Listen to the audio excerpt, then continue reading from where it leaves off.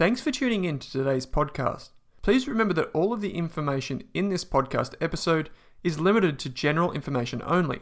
That means the information is not specific to you, your needs, goals, or objectives, so you should seek the advice of a licensed and trusted financial professional before acting on the information. And before you acquire or apply for a financial product, please read the PDS or product disclosure statement, which should be available on the issuer's website. Lastly, please keep in mind that past performance is not indicative of future performance.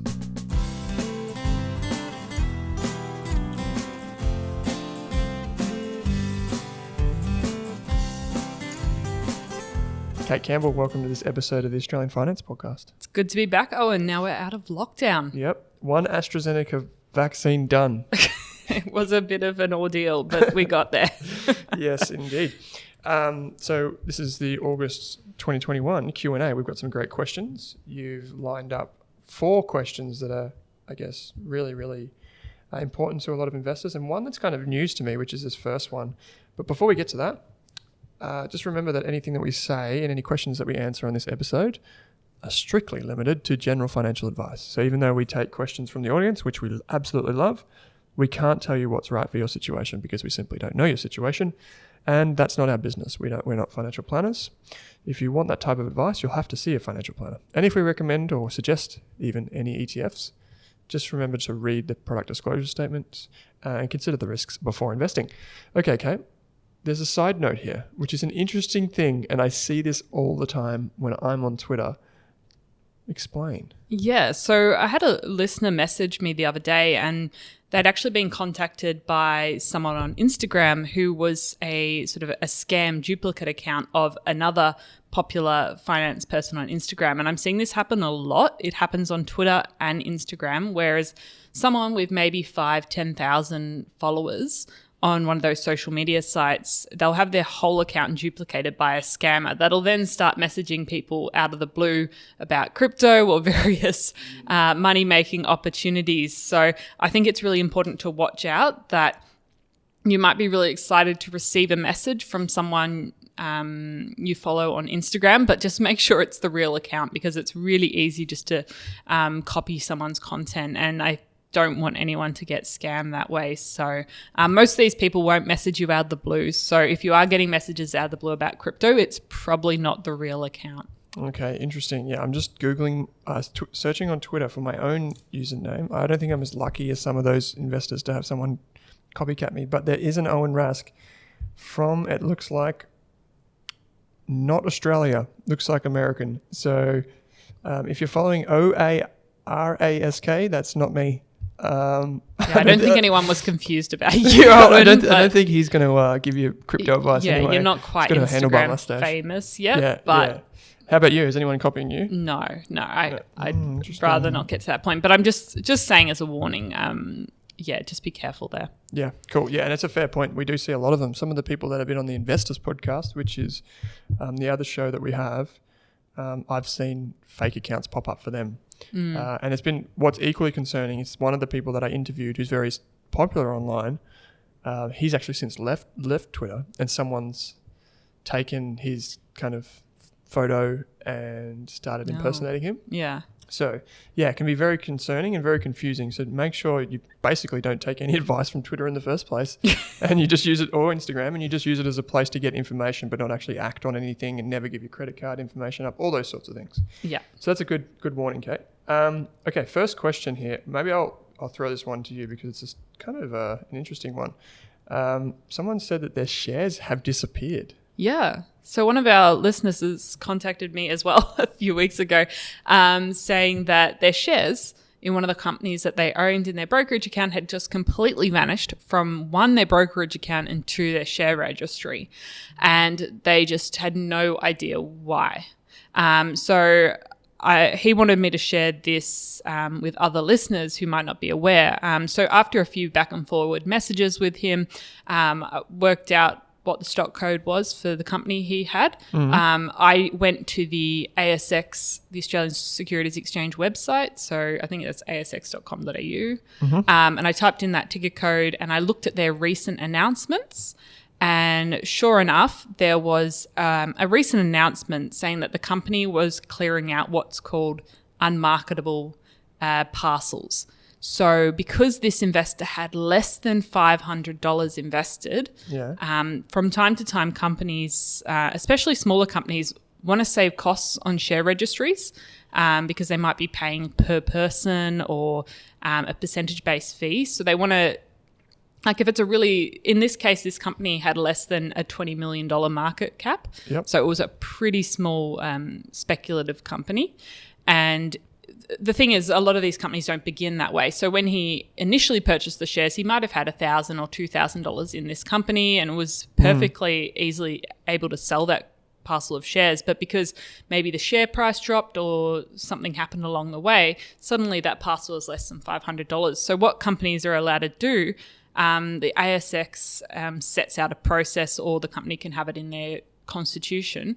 They're allowed to clear out these smaller investors, and it's an opt-out process. So they'll usually send you, they'll have an announcement through the stock exchange on their company announcements, but they'll also send you an email or a letter, depending on if your address and contact details are up to date, which is another reason why it's so important to always check the share registry to make sure you've ticked to receive email communications so you get it quicker and your contact details are up to date, because otherwise you might have no idea that this is happening.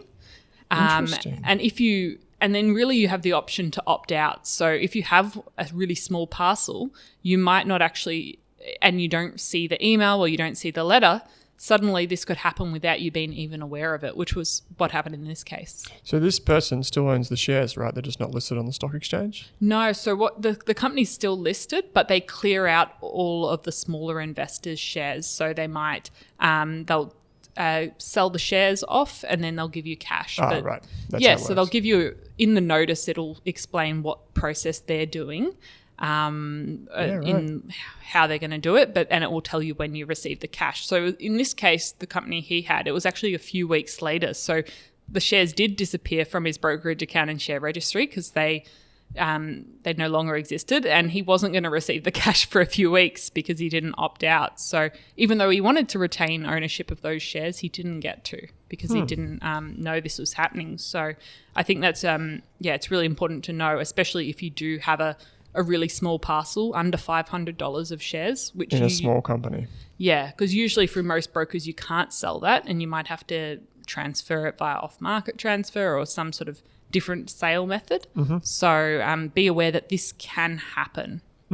Cool. That's a really interesting one. I doubt it affects too many of our listeners, but yeah, so if your company's really small and you don't own much of it, just always check the updates. But you should be always checking the updates anyway. Yeah. Even if it's just once a week, just looking at what the company's filing.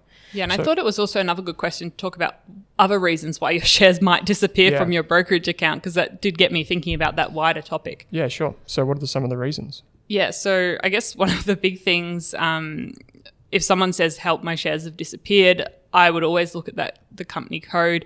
And if it's disappeared from the ASX website, it might be because the company has delisted voluntarily or involuntarily. Yep. There used to be a website I always checked out called delisted.com.au, and so you could search that company there and find out, is it because they failed to pay their listing fees? Did it go into liquidation? Did something happen to it? And people post updates on that site. There might have been some sort of a buyout. Like a takeover? Yep. I think they were the main things I thought of. Sometimes a merger. I've seen some companies change ticker codes. Yep. So you might, what's a really good example? I can't really think of any off the top of my head, but I did have this happen to me a couple of years ago where a company changed its ticker code. And so I thought I had something. And sometimes in your CommSec account or your Self-Wealth account or whatever account you're using to buy and sell shares, you'll see like one of your companies and has like zero balance, or it has like negative 100% return. So maybe don't be scared off about that. It might just be something going on.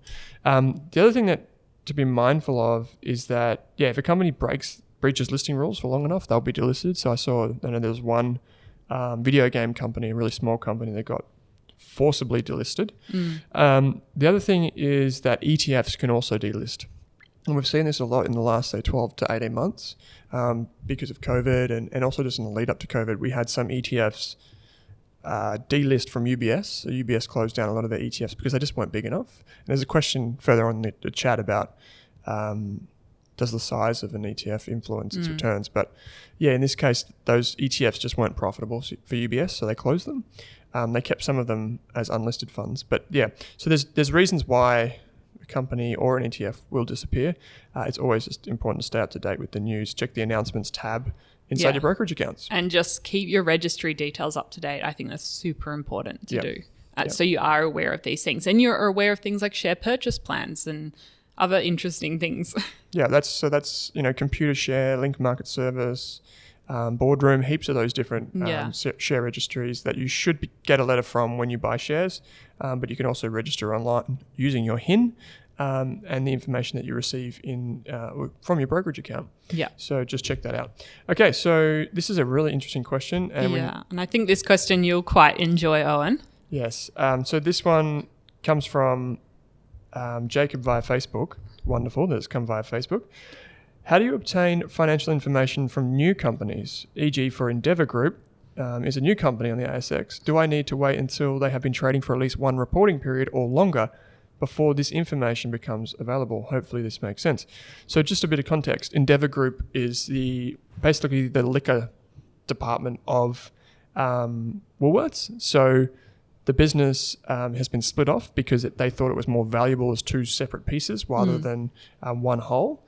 So really interesting business. Lachlan on our website went over it. If you go to rasmedia.com.au, he explains it there. But how do you find information on a new company? Well, Catherine's given a response to Jacob, so that's wonderful. But basically, the way it works is this is what we call a demerger. So where two companies are splitting, or one company splitting into two. And what they tend to do if they're big companies is they keep both of them as separate parts on the ASX. So both Woolworths, you can still buy shares in Woolworths, and you can still buy shares in Endeavour Group. If you held Woolworths shares before, you would get some Endeavour Group. It's just splitting up. Now, so this is a little different. But typically, we just spoke about, companies being listed. What happens is a company, when it comes to the ASX, it has to issue a big document. And this document is called a prospectus. And basically, think of you prospecting. You go and you look at it and you find clues about the company. Yeah. And you dig through it and you find out, everything that it does, from the risks to the business model to the management team. This is called a prospectus. In this case, because of Endeavour, it wasn't an IPO, it was a demerger. So instead of a company coming to the ASX, it was just one splitting. So this had a demerger booklet, as Catherine said. And what this does is, instead of normally getting 6 monthly or annual reports on your companies, this kind of lays out what's happened in the past 2 years and what they think is going to happen in the future. And they call that pro forma. And prospectuses are like, some of them, we looked at one this week, which was 280 pages. Bit longer than a product disclosure statement. Yeah, so they're huge. But the good thing about prospectuses, as opposed to other things that you read in finance, is it tells you everything you want to know. So typically when a company's been on the stock exchange for 10 or 20 years, the issue that you have is that you're kind of catching up. So you just want to know, what does the company do? Should I buy shares in it? That can be a pretty hard question to answer, because the business itself doesn't always have information readily available to say, from beginning to end, this is what we do and this is what we expect to happen. So a prospectus is a great way to get your hands on the information of a new company. I would say, Jacob, you would want to read the demerger booklet from Endeavour before you make a decision. You'd want to hear what other investors are saying. I even go back to the prospectus if the company's been on the stock exchange for a very long time. So I was researching one company this week for Rask Invest, and it's been on the ASX for over 5 years, or about 5 years. And I went back and read the prospectus because it had more information than the annual reports. So I hope that answers your question. But the prospectus or demerger booklet, the companies also issue information via the ASX's website. If you go to upcoming IPOs, you'll find a page there and explains which companies are coming up. Do they have a prospectus? How can you find it, etc. And then there's obviously a lot of news around it as well. So standard rules apply with regard to investing. I hope that answers your question. And I know you got a response from Catherine, which is great. Next question, Kate. Yeah. So another one I thought was up your alley, and definitely on the topic of exchange traded funds. So Jason from Facebook community as well was asking if there's a relationship between funds under management, FUM, in an ETF and stronger returns as a result of that. Yeah, so this is a great question, and kudos for being in the Facebook group. You can find us on Facebook. It's the Rask Australia Facebook group, so there'll be links in the show notes. We've got quite a few people in there now, as a side note, which is great. Yeah. And lots of activity. Lots of questions. Yeah, it's great because we don't have time, obviously, to answer everyone's questions every week. So it's just great to see the community helping itself. We've got accountants in there. We've got people from an investing background, people new to investing, people experienced, etc. So go in there, have a chat. It's really civil too, which is nice. So the relationship between FUM and returns, or FUM, or funds under management. Let's just start by defining what we mean by funds under management, because this is kind of a point of confusion for a lot of new investors. Funds under management does not reflect the performance of an ETF. It doesn't. So even though you might think that, it doesn't really reflect the performance of it. Why? Because all that the funds under management tells you is how much money has been invested into that ETF. Yeah. So there are different ways to disclose this. If you go to different websites, the FUM might actually be called market cap because they're effectively the same thing. So in the stock market, when you're investing in shares of companies, you might say BHP Billiton is a $100 billion company. And what we're talking about there is the market cap, which is simply the share price multiplied by how many shares there are. And that gives you a value of all the shares. So market cap, that's what they call it. In ETFs, because you don't get shares, you get units. We call it something different. We basically take the unit price, which is what you see in your brokerage account, and we multiply that by the number of units. And that gives you FUM. So FUM is just the same as market cap. And so if you think about it this way, you don't invest in a company simply because it's $100 billion or $80 billion. You don't think of it that way. You think of, is it going to grow in the future? Yeah. And so just picking something based on FUM is not a good idea. But there are some things about it that you should note. So the first thing is the Vanguard VAS ETF, I believe, is still the biggest ETF in Australia by FUM. And I mean, it's been around for a while. It's a great ETF, let's be honest. It's got low fees. It's run by Vanguard, who's very reputable. And so, but just because that's the biggest ETF, it doesn't mean that it's a lot better for everyone who wants to invest in a shares ETF. You might choose the A200 ETF, which does something very similar for a similar fee, but it might be slightly different, which is what you want. So if you go back, Jason, and you look at, let's say you just take the biggest ETFs in Australian shares, which would be, say, the Vanguard VAS ETF, and you compare that to the BetaShares A200 ETF, and you compare that to the STW ETF, which is the ASX 200 ETF, what you might find is that there's slight discrepancies between all of them. And yet they're very, very, very similar. And Vanguard is massive. The other two are big as well, but Vanguard ETF is massive. But you'll notice there's no real major difference in performance. So you couldn't say just because it's the biggest, it's the best. Yeah. But there is one advantage about this. I said earlier on that UBS closed their ETFs. And that's because they didn't get big enough to make it profitable for UBS to keep them open effectively. So there is definitely an element of survivorship bias. Like the big ETFs tend to survive longer than the small ETFs. Yeah, and I think a lot of the ETF providers are sort of throwing things at the wall to see what sticks at the moment. They're opening a lot of different, very niche ETFs and just seeing what ones are popular. And then if they are popular, they'll keep them around, and if not, maybe after 5 years they close them down. So there's so many ETFs in Australia that you never come across because they maybe only have $10 or $20 million in FUM, and that's just because people aren't interested in buying them, even though they're open-ended and they can kind of keep going in terms of FUM. There's not really a cap. People just haven't heard of them or aren't interested. Just because they're so niche or so you want to kind of avoid those ones. Until they've reached a point where you're comfortable that they're going to stay open, right? Yeah. And so if you think about it, the financial advisors like to see an ETF or a fund that's been in existence for at least 3 years, because if it makes it to 3 years, then it's generally accepted that it can continue to operate. And also a rule of thumb that we used to have was making sure that it met $100 million in FUM or market cap. This is an ETF because at that point, that's typically a good size for an ETF. So it would make you a bit more comfortable, or at least it make me more comfortable. It's not a guarantee that they won't close it, but it would. Can't recall many ETFs being over $100 million of FUM. then being closed. I will just add one final geeky point here, just in case Jason was actually looking for a real deep analysis of this. So please excuse me for the next 60 seconds if you're not interested in this. But Jason, there is an element of people thinking that because more money is flowing into an ETF, that therefore the shares or whatever it is underneath the ETF that it buys, that it pushes up the prices of those ETFs. So we talked about a year ago about Michael Burry, who's the famous short seller, coming out and saying that ETFs are going to cause a massive market dislocation and this whole stock market's going to implode because of ETFs and all this sort of stuff. I tend to very strongly disagree with that. What you might find is that if everyone tries to sell their ETF at the same time, like let's say there was $10 billion in Vanguard VAS, I don't know if there is that much, but let's say there is. If everyone tried to sell their units in that ETF, it would push the price of the ETF down because the people behind the scenes who are trying to sell your shares and ETFs for you would stress out and try and knock the price down so they could get rid of your units ASAP. The chances of that happening are actually pretty low. But on the flip side, if a lot of people try and buy an ETF, it may actually temporarily increase the price.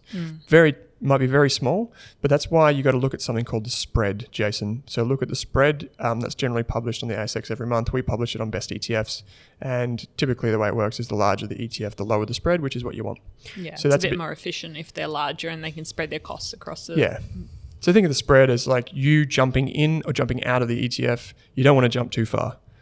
You want it just to be like a little step into the ETF because that's actually a cost that you pay every time you enter or exit. And even the people with larger fund, they often will reduce their fees. And we've been seeing that recently. Like once they're big, they've got scale, they can reduce the fees and become a better option for you. And that's why a lot of Vanguard funds can lower their fees continually, right? Because they're so big that they can then pass those savings on to more people, which is part of Vanguard's ethos. Okay, so I'll throw this one to you, Kate. So I'll ask the question. Alice from the Facebook community. Welcome to the Facebook community, Alice. Great question. She says, hi, Owen and Kate. Wondering if you could address the pros and cons of choosing a broker with CHESS-sponsored ASX trades compared to brokers that operate with a custodial model like Superhero. I am new to investing and I am concerned that I've chosen the wrong brokerage platform. Sorry if this has been addressed in previous podcasts. We have talked around this in the past, but this is actually a very good time to ask this question because we're seeing a lot of these brokers come up and it actually is a really, really important topic as Kate's about to get to.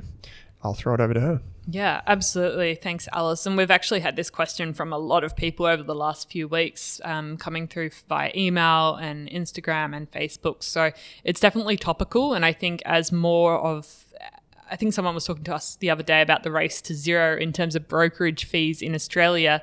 And the only way to offer with the current system in Australia, $0 brokerage, if that happens, is usually via custodial model, which with a custodial model, instead of getting an individual holder identification number for your brokerage account, like you would if you had Self-Wealth or CommSec or NabTrade, you get an individual holder identification number, which your securities are held on, and you can transfer your securities on that HIN to any other broker that uses a HIN. You can transfer to some others, but it's a little bit more complicated. With a custodial model, for example, Superhero, they'll have one big mega HIN and they'll hold all their clients' securities under that HIN. So everyone's under the one HIN, and then on their end, they'll keep records of who has every individual holding underneath that. So that allows them to let you buy $50 of a CSL share when CSL's a lot more than that. And it allows you to do fractional shares. It allows you to buy smaller amounts and invest with a lot less than $500, which is minimum for a lot of brokers. Yeah. I would say, okay, maybe Kate, give me, what is one big drawback of having the custodial model? I think the major issue is you lose a lot of the flexibility you normally have with a holder identification number. So you can't as easily participate in dividend reinvestment plans, share purchase plans. You can't, it's a little bit more complicated if you want to transfer your holdings from Superhero to another broker. Sometimes they won't even allow that. You might just have to sell all your investments if you want to transfer. So I think the main thing for me at the moment, because at the moment the financial system is quite healthy in Australia. So I think that would be the main drawback is the flexibility.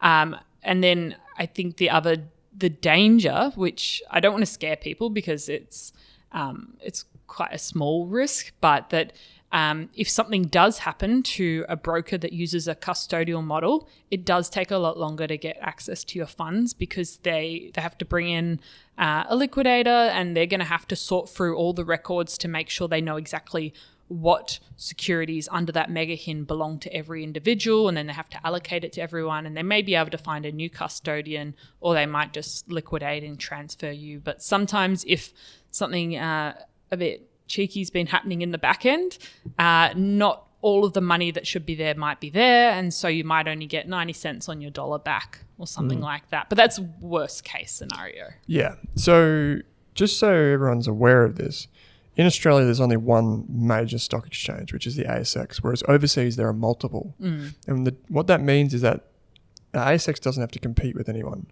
So in Australia, I can't remember the exact figures, and it varies depending on the broker, but they charge the broker every time you buy or sell shares.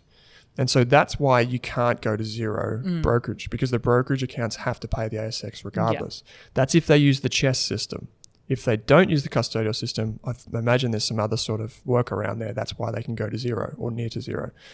So in my opinion, just go with someone that has CHESS sponsorship. Just it costs you a little bit more. You can leave the superheroes and all that to the day traders and the people that are thinking that they can make money trading stocks, air quotes. For anyone that's an investor that wants this security, just use one that has a CHESS sponsored holdings, because you never know. There will be a time when you want to transfer your shares out or you want to do something. You want to make sure that you have both flexibility and financial security. The problem is, like, obviously if you've got $500 and you pay $10 for a trade, it is a bit annoying because it's a lot of money on $500. But that's why I've always said just save up $1,000 or $2,000 if you can, and then place your trades in that magnitude rather than $500. So there are plenty of brokers in Australia that do it with CHESS sponsorship. All of the big ones basically do. The custodial model, just one final thing, Kate, the custodial model is basically what's common overseas, right? Like if you're an Australian investing overseas. Yeah. So it's quite a unique thing that Australia has this holder identification number. You won't find a holder identification number in a US brokerage account. I think they might have a different security. They've got I know in the US they've got the SPIC, which is basically like insurance on the system, and the brokers have to have a certain amount of insurance and then go above and beyond that if they get to a certain size. So we're just talking about ASX shares here because that's what Alice asks about in the Facebook community. But if you're investing in US shares via your broker, just check the terms and conditions there too. Go with an established broker is basically what I'd say. And if you're wanting to find out with your Australian broker, look at the product disclosure statement, the financial services guide, look in the fine print. If you don't know, ask them, do you provide a holder identification number to investors or do you use a custodian? If they say something along the lines of you're the beneficial owner of your holdings, or they're held on your behalf or something like that, they can use different language. So they might say you're the owner of your holdings, but you're not the legal owner. You're the beneficial owner. They've used different language, so it can be really tricky. You want to be both legal and beneficial owner, right? So you want to ask that. If they are a custodian model, ask them who's the custodian, because they will use a third party with that model to hold it. So it might be one of the big US banks or something like that. Who's your administrator? So they might be using someone to keep track of all the records of who owns what holdings.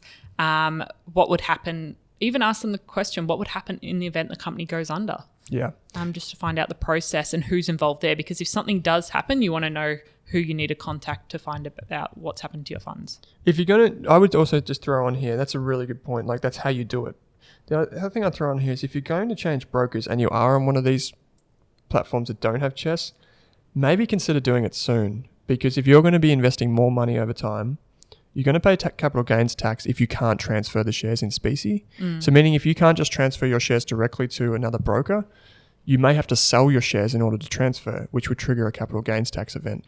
And so one of the Charlie Munger's famous rules of investing is compound interest is very powerful, don't interrupt it.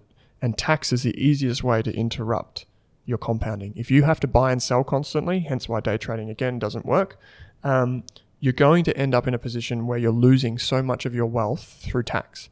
So set it up properly the first time, pick the right broker, make sure that, in my opinion, not everyone would agree with me on this, is make sure they're CHESS sponsored if you're ASX shares, pick the right ETFs, do all those things the first time, and you're setting yourself up for success, in my opinion. Yeah, and some of the smaller startups don't have the capacity to do in-specie transfers from custodian to HIN, so just be aware that they might, even down the track, you might not be able to transfer that easily if you don't have a HIN right now, because they are quite complex transfers and do require admin teams. You know all about them. Yeah, I've done a few in my time. So, just be aware there. They might not have the capacity to offer that service. Yep, cool. So just spend a few minutes researching. Kate's done a great write-up on this on the Rask Education site, so we'll put a link in the show notes to that. And also just recapping on some of these questions, obtaining financial information on new companies, go to the ASX website, read the prospectus or demerger booklet. You can also jump on Rask Media to learn about Endeavour Group.